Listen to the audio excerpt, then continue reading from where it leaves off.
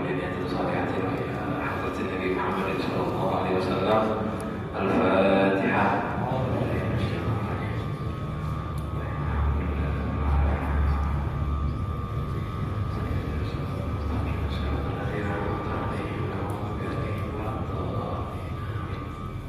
Bismillahirrahmanirrahim. Qala musannif rahimahullah ta'ala wa nafa'ana bihi wa bi 'ulumihi fid dharain. Babun fil ittisali bit ta'ati. Qala Allah ta'ala Taha ma anzalna 'alaika al-Qur'ana litashqa. Wa qala ta'ala yuridu Allahu bikumul yusra wa la yuridu bikumul 'usra.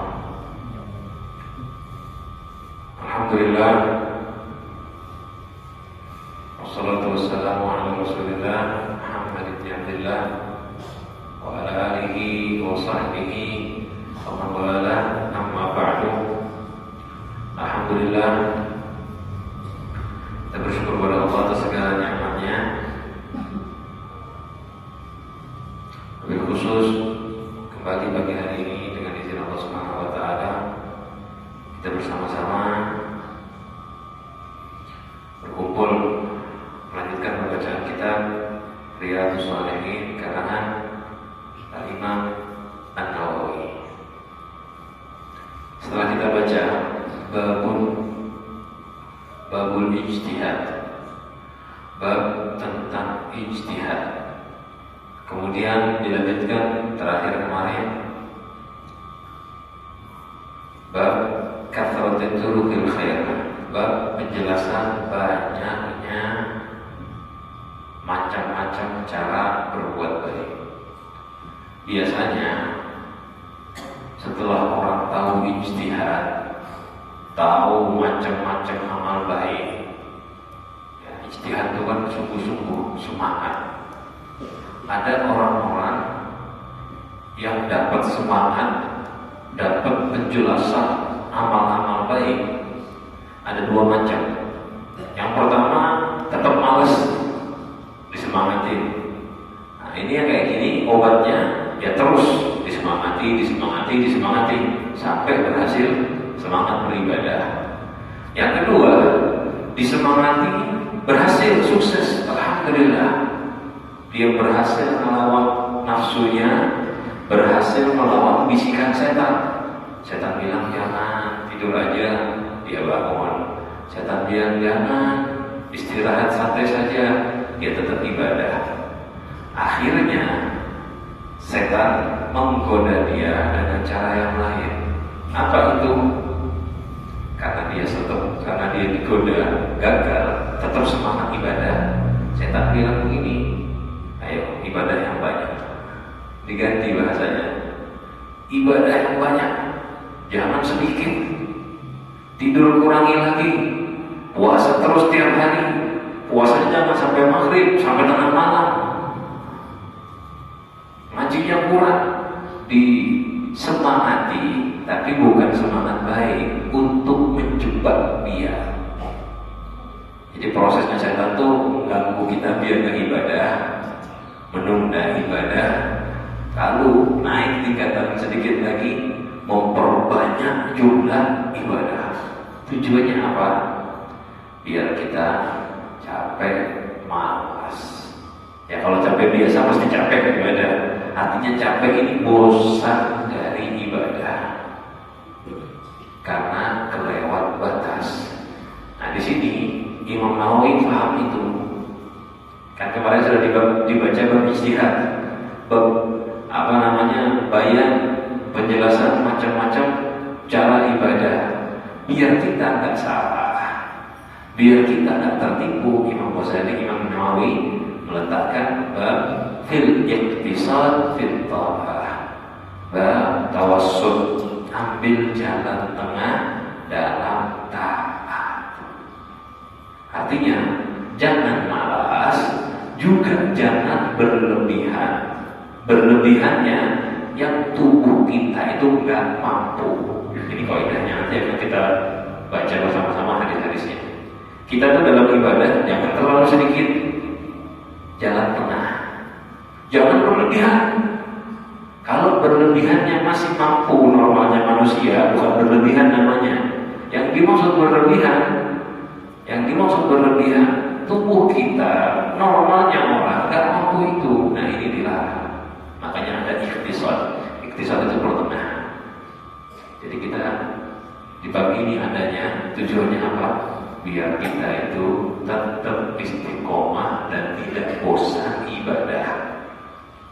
Ya, bab ini bukannya bikin biar jangan semangat ibadah, salah. Tapi biar dia tetap istiqomah dalam ibadah. Tujuannya itu. Karena orang yang terlalu banyak nggak bisa istiqomah. Coba lihat bangun malam, tidur jam 9, jam 12 malam bangun, sholat sampai subuh. Kira-kira bisa berapa hari kayak gitu bertahan? Bisa berapa lama? Nggak tidur semalaman, sholat pagi-pagi sampai subuh. Pagi begitu juga ibadah sampai zuhur.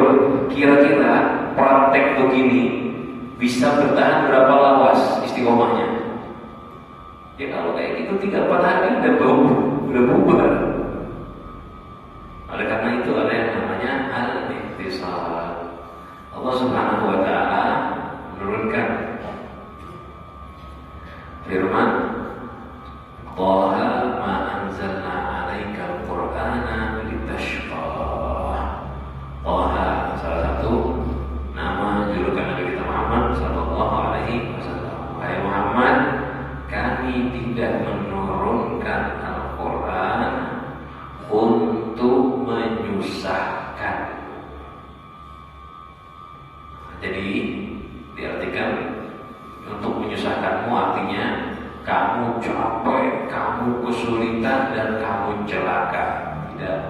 Al-Quran itu diturunkan oleh Allah bukan menyulitkan dan mencelakakan manusia. Bukan. Jadi Allah Subhanahu wa taala memandang Nabi Muhammad dengan segala ilmunya. Allah tahu. Nabi kita Muhammad SAW melihat sebagian orang-orang musyrik itu ada yang ijtihad dalam ibadah, nyembahnya patung, nyembahnya salah, tapi saking ijtihadnya sampai celaka mereka.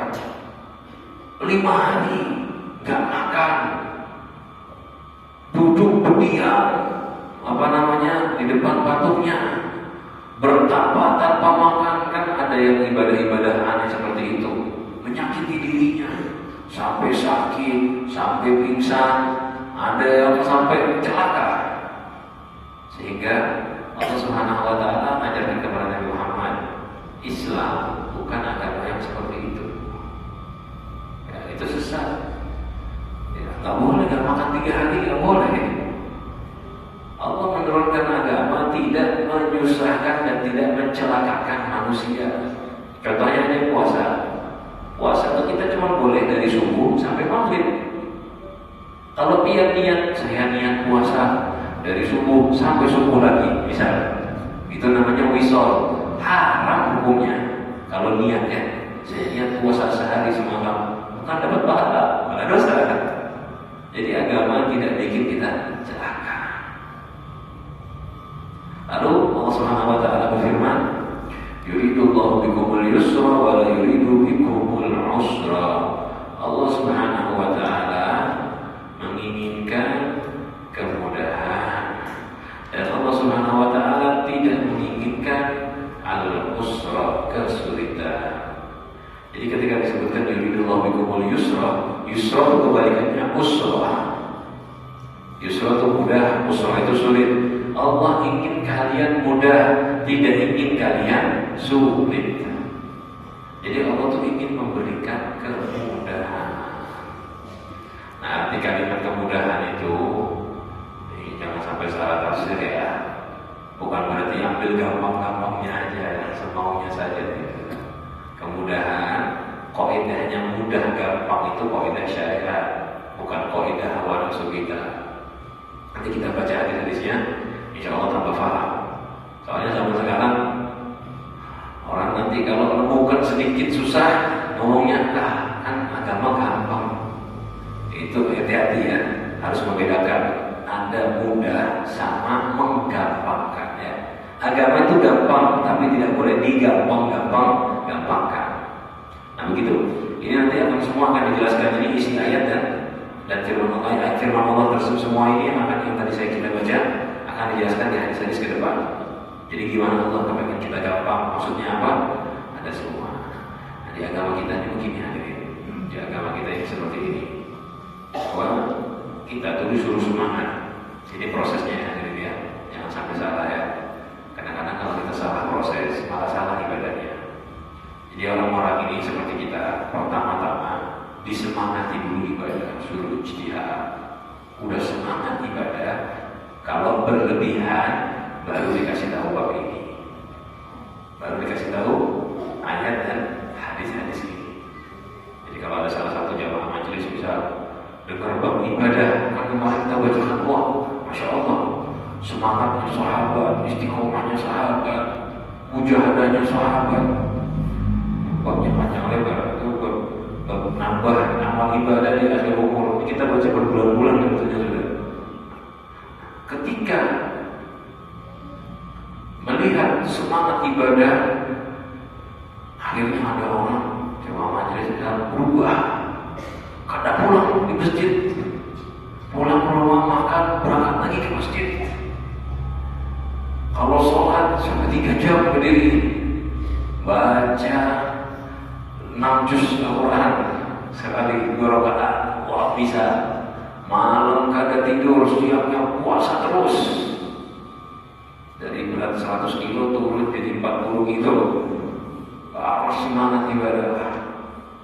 Nah yang kayak gini kan kadang-kadang membahayakan dia berlebihan. Nah kalau berlebihan kayak gini baru dikasih tahu, Pak, biar punya istri, punya anak, jangan ditinggal terus, dijemur, kan gitu. Biar punya kewajiban nafkah, maka kerjakan nafkah wajib. Ibadah tetap jalan, tapi kewajiban rumah tangga juga harus dilakukan. Agama tidak bikin biar celaka, agama itu memberikan kemudahan. Nah, baru dikasih tahu gitu, jadi jangan terbalik. Ini orang masih malas ibadah, ke masjid aja seminggu sekali, nunggu qomat lagi. Jumatan nunggu qomat baru berangkat ke masjid. Khotibnya udah naik, tunggu setemat lagi, khutbah kedua berangkat. Yang macam ini yang ibadah aja malas, kada usah dilajari bab ini. Bukan babnya buat orang-orang malas ini. Nanti jadi dalil. Ayo Pak, kita sholat ke masjid. Islam itu mudah. Jangan dipersulit, sholat di rumah itu cukup. Nah ini salah ini. Ini namanya meremehkan. Pak ngaji Al-Quran, kada wajib. Yang penting kita hati ingat sama Allah. Nanti ujung-ujungnya kada usah sholat gitu. Agama itu gampang. Ya kalau kayak gini gampang masuk neraka ini namanya. Jadi jelas ya prosesnya. Kita masuk apa namanya pada hadis pertama. Dari sini jadi jangan sampai salah paham. Makanya di awal sudah saya kasih gambaran. Ketika Rasulullah nyuruh ngurangin ibadah, bukan berarti Rasulullah nyuruh kita ibadah sedikit, bukan. Tetapi di hadis-hadis yang akan ada ini, orang-orang berlebihan dalam ibadah. Rasulullah nyuruh dia ibadah sekuat tenaga, semampunya, tapi yang bisa istiqomah, tidak berlebihan. Pertama, hadis dari Sayyidatina Aisyah radhiyallahu anha, anna Nabi sallallahu alaihi wasallam, sesungguhnya Nabi kita Muhammad sallallahu alaihi wasallam dakhala 'alaiha, mendatangi Siti Aisyah, wa indaha imra'atun, dan Siti Aisyah bersama seorang wanita. Ada seorang wanita yang Khatib mengatakan namanya Haula binti Thuwaib. Haula binti Thuwaib. Dan perempuan ini dipuji oleh Siti Aisyah. Ketika Rasulullah tanya, "Man hadihi?" Siapa ini Aisyah? Qalat, "Hadihi fulana." Ini fulana ya Rasulullah, Haula binti Thuwaib ya Rasulullah. Tadhkuru min salatiha. Lalu Siti Aisyah menyebutkan, ini sholatnya sekian banyak ya Rasulullah. Berapa banyaknya? Dalam riwayat Imam Ahmad disebutkan. Kan di hadis ini cuma hadhihi fulana tadhkuru min sholatiha. Ini fulan ya Rasulullah, Khawlah binti Thuwaib. Sholatnya sekian. Berapa nih sekian? Kata ulama dalam hadis Imam Ahmad bin Hanbal, Siti Aisyah menyebutkan la tanamu tusalli. Dia nggak tidur malam ya Rasulullah. Semalaman nggak tidur, sholat terus. Wah, bayangkan ya, sholat semalaman. Nggak sembarangan lah hadirin. Kita ini tarawih. Kalau udah hari raya Idul Fitri, saya mau coba aja contoh ini ya kita kan tiap malam tarawihan 23. Hari raya Idul Fitri ada yang berwitir sampai 11. Malam Idul Fitri ada yang berwitir sampai 11. Sedikit. Padahal kita tiap malam 23 rakaat. Lebaran witir 11 sedikit, kadang-kadang 3 jangan dikerjakan. Padahal baru sehari. Habis istiqomah 1 bulan tarawihan, malam hari raya 3 rakaat aja kan dikerjakan gitu. Apalagi sampai 11. Belum lagi besoknya hari kedua dan seterusnya, hilanglah itu malam. Kadang-kadang sebagian dari kita begitu. Kita nasihat diri kita masing-masing ya. Bagaimana ini beliau 1 malam penuh sholat terus. Makanya dipuji sama Siti Aisyah. Imam dijelaskan dalam Musnadul Hasan bin Sufyan bahwa perempuan ini salah satu perempuan paling ahli ibadah di kota Madinah. Ya nggak sembarangan orang ini, nggak sembarangan. Orang sholat semalaman ini bukan main-main. Lawas loh 1 malam itu. Ketika dengar itu, apa yang dikatakan Rasulullah SAW? Ma'alaikum bima tutikun. Ma itu teguran ya, jangan gitu. Ma itu larangan, teguran, kalimat untuk yang kayak seperti mengusir. Jangan, percuma. Tidak membuatku kagum kemampuan kalian. Sholat semalam Rasulullah nggak memuji dia. Kok sholat 1 malam Rasulullah SAW nggak menyemangati malah. Buat apa itu? Kenapa? Karena ketika berlebihan dan tipikal orangnya memaksakan diri, itu nanti efeknya tidak istiqomah. Dilanjutkan sabdanya Rasulullah, jangan diputus di sini ya. Beliau mengatakan, fawallahi la yamanullahu hatta tamannu. Fawallahi demi Allah, la yamanullah, Allah nggak akan bosan hatta tamannu, sampai kalian bosan. Allah nggak akan bosan sampai kalian bosan. Maksudnya gimana? Kalian sekarang ibadah berlebihan di atas kekuatan normalnya manusia. Manusia itu perlu tidur. Otak kita ini perlu istirahat. Ini ibadah semalaman lain kayak kita ya. Kita malam qiyamul lail, siang guling. Ini kadang makhluk ibadah siang nggak tidur. Bayangkan kayak apa capeknya, bagaimana panasnya otaknya. Sehingga kalau dibiarin beberapa bulan atau beberapa tahun, bisa-bisa nanti gagal total dia ibadah. Islam itu agama menyembah Allah dari balik sampai mati, istiqomah, bukan angin-anginan. Setahun ibadah, 3 bulan ibadah, habis itu berhenti. Tidak, Rasulullah nggak suka seperti ini, dan agama Islam bukan agama begitu. Kita ini disuruh ibadah sama Allah, istiqomah sampai mati. Bukan hadir pengajian ibadah 2 tahun, bukan begitu. Ini kalau tipikalnya sholat 1 malam penuh hadirin, normalnya manusia nggak tahan. Hebat-hebat setahun 2 tahun berhenti. Dan Islam nggak mau 2 tahun, 5 tahun, 10 tahun aja enggak. Agama itu ngajarin kita yang istiqomah sampai dia tua. Nanti di hadis depan akan ada lagi penjelasannya. Jadi kita tuh disuruh ibadah sekiranya normalnya manusia bisa istiqomah sampai dia tua. Bukan sekarang aja 1-2 tahun, bukan. Makanya perempuan tadi bukannya tidak bagus ibadah, bagus. Nggak baiknya kelewat batas. Ya setahunan, apa semalaman penuh. Kayak apa? Coba ibu-ibu habis ini pulang besok begadang 1 malam sholat. Kira-kira kayak apa? Suami nggak keurus, anak nggak keurus, kan gitu. Nah ini maksudnya Rasulullah SAW. Akhirnya si Aisyah menjelaskan, "Wakana ahabbu dini ilaihi ma dawama sahibuhu alaihi." Yang paling disenangi dari agama, artinya dari amal baik, ma dawama yang dirutinkan oleh sahibuhu, pelaku amal tersebut.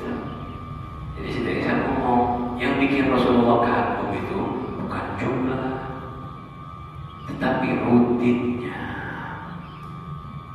Hadirin semua, kita semua ini seandainya disuruh kaget gitu ya, ayo besok yang mulai semalaman kuat, tapi yang paling sehari habis itu istirahat.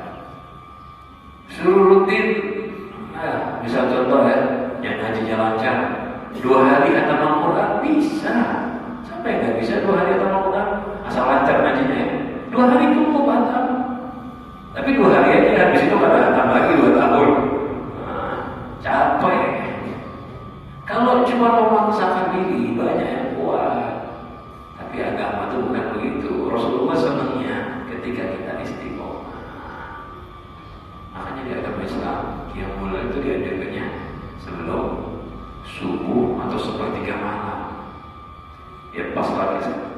Seperti sekarang ini jam 2 malam.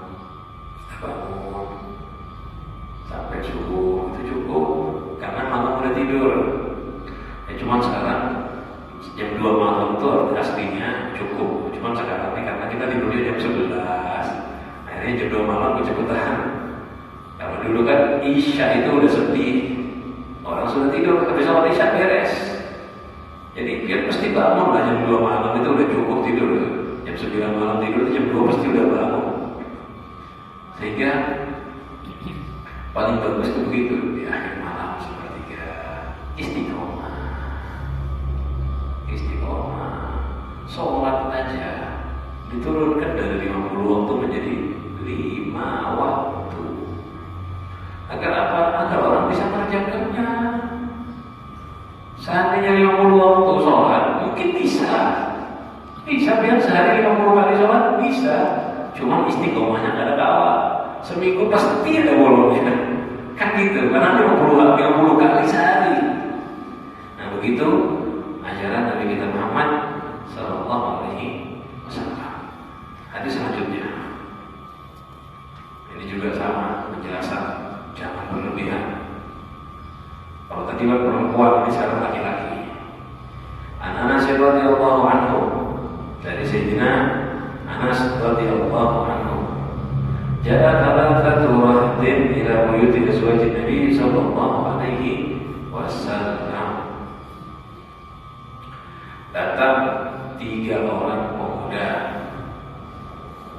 ke salah satu rumah istri Nabi Muhammad sallallahu alaihi wasallam, salah satu istrinya Rasulullah sallallahu alaihi wasallam. Jadi ada 3 pemuda, masih muda-muda, mendatangi istri Rasulullah sallallahu alaihi wasallam. Yas'aluna an ibadatin Nabi sallallahu alaihi wasallam. Mereka bertanya ibadahnya Nabi Muhammad sallallahu alaihi wasallam. Bagaimana sih ibadahnya Rasulullah sehari-hari? Falamma ukhbiru ka'annahum taqallawha.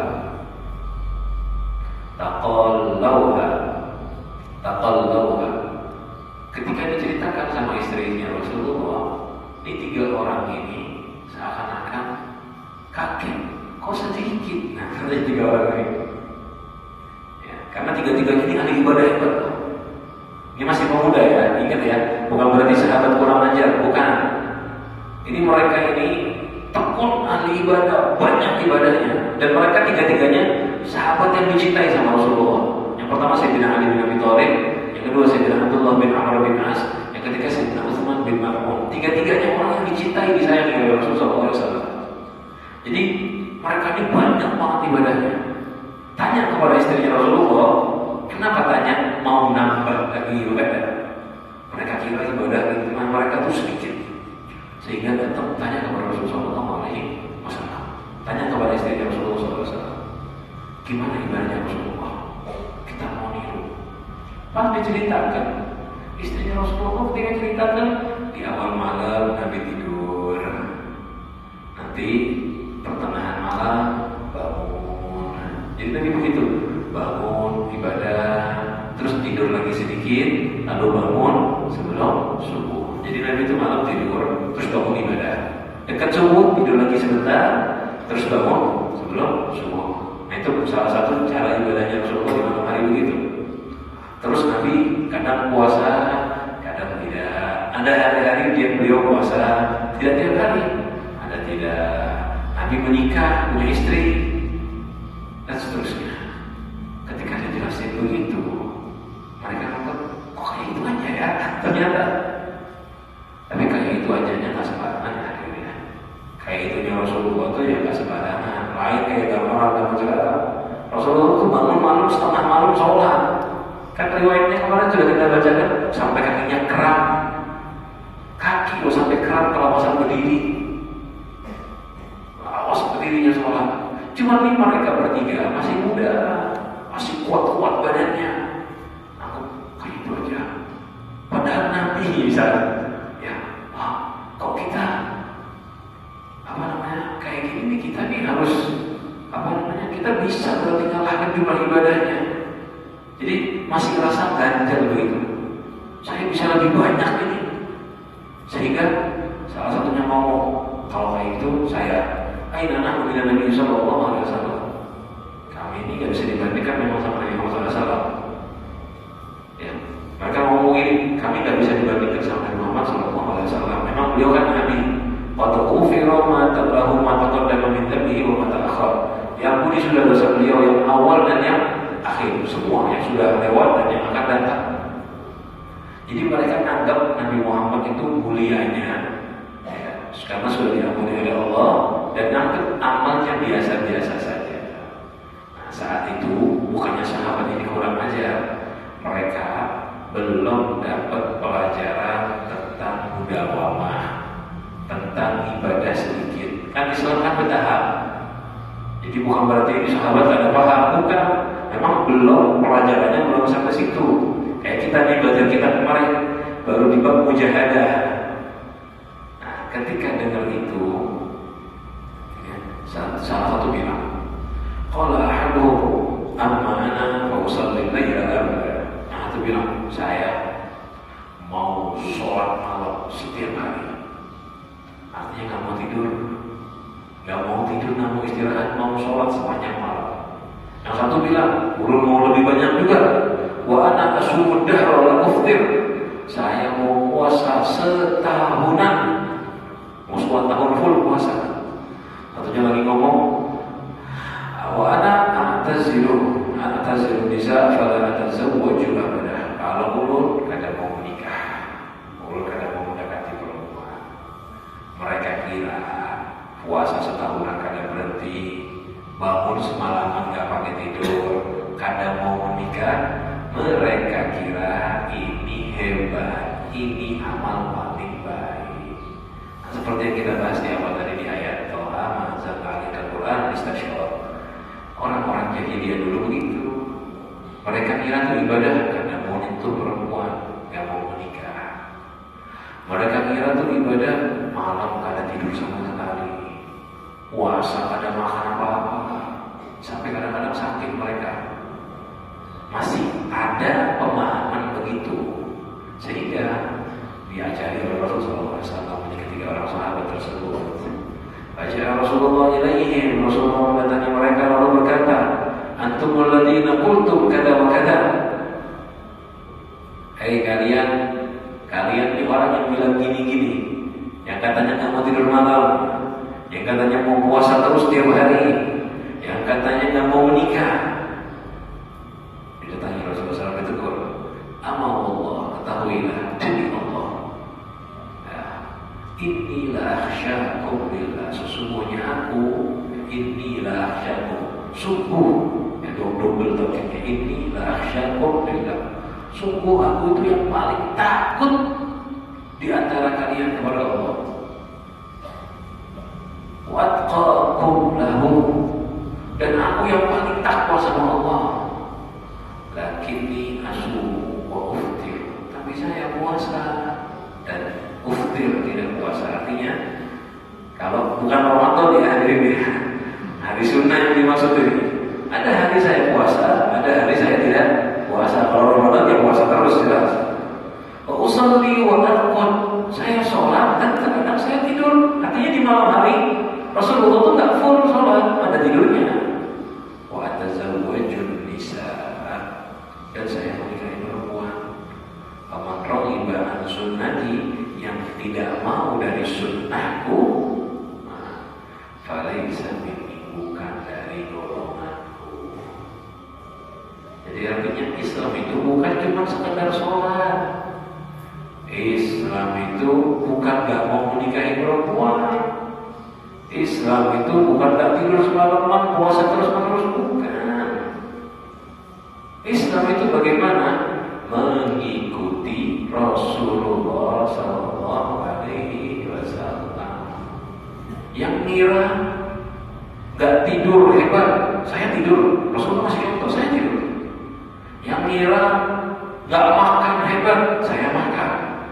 Yang ngira gak menikah hebat, saya menikah. Islam begitu ya. Laki-laki sunnah menikah. Kenapa? Bagus buat dia. Yang ngomong, saya nggak ada perlu nikah, saya mau mujahadah melawan hawa nafsu. Ada menikah. Biar tahu nafsu kita itu apa? Kita mengalahkan nafsu tanpa menikah lebih gampang daripada mengalahkan nafsu dengan menikah. Menikah itu lebih susah daripada jomblo. Yang bilang, wah, belum pada usah menikah, belum pada punya istri, belum menahan hawa nafsu. Iya, nikah, menahan hawa nafsu, rumah tangga, artinya sabar, gak kesel sama istri, sabar ngurusin anak, itu lebih berat daripada sabar sendiri. Banyak orang yang ngomong nyesel dulu menikah, kan gitu ya. Betul itu. Sebagian itu yang gak kuat, karena berat. Coba kalau mau ditanya laki-laki, enakan mana, sendiri yang punya tanggung jawab istri? Enakan sendiri. Ibu-ibu, perempuan, nyaman ngurus suami apa hidup sendiri? Nyaman hidup sendiri dulu.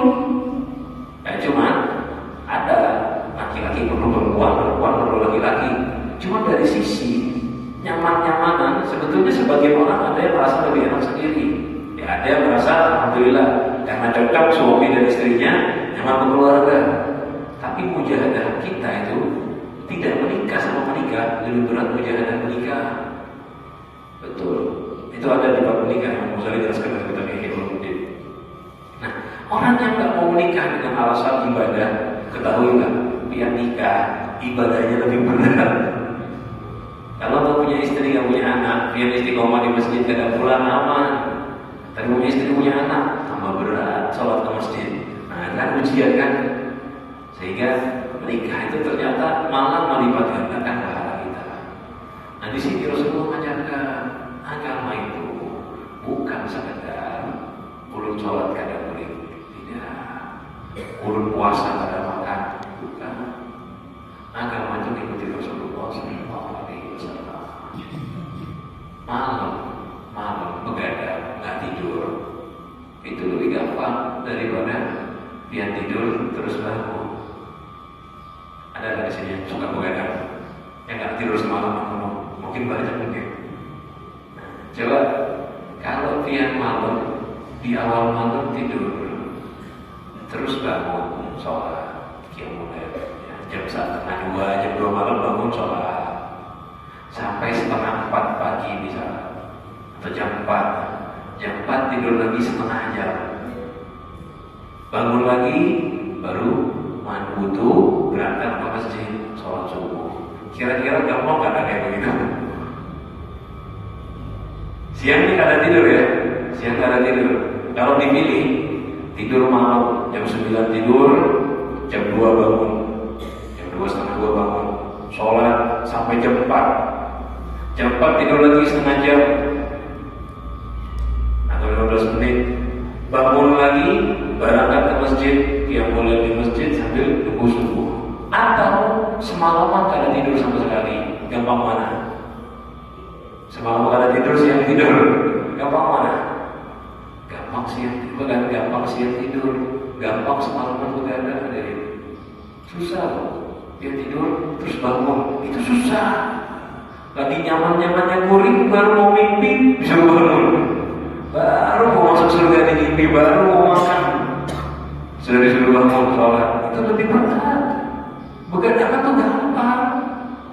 Banyak orang-orang yang begadang, ahli maksiat itu begadang semalaman, gampang nggak tidur semalaman, siang tidur. Tapi yang repot tuh soal tidur terus sholat, bangun, ini berat. Puasa begitu juga. Contoh aja bulan Ramadan. Yang puasa sebulanan gampang nggak? 30 hari. Sulitnya di awal 1-2 hari. 3 hari udah biasa, gampang, mudah. Tapi coba kalau puasa Senin Kamis, susah. Hari Minggu habis makan, Senin puasa, Selasa Rabu libur, Kamis puasa lagi. Berat. Ini bukan omongan pribadi ulun ya. Memang begitu. Lebih susah menjalankan puasa sunnah yang bolong-bolong, karena ibadah itu kalau kita paksakan lurus saja kan. Sama kayak menikah, tadi sudah dikasih contoh. Sehingga itulah yang tidak ikuti sunnahnya Rasul bukan golongan dari Islam.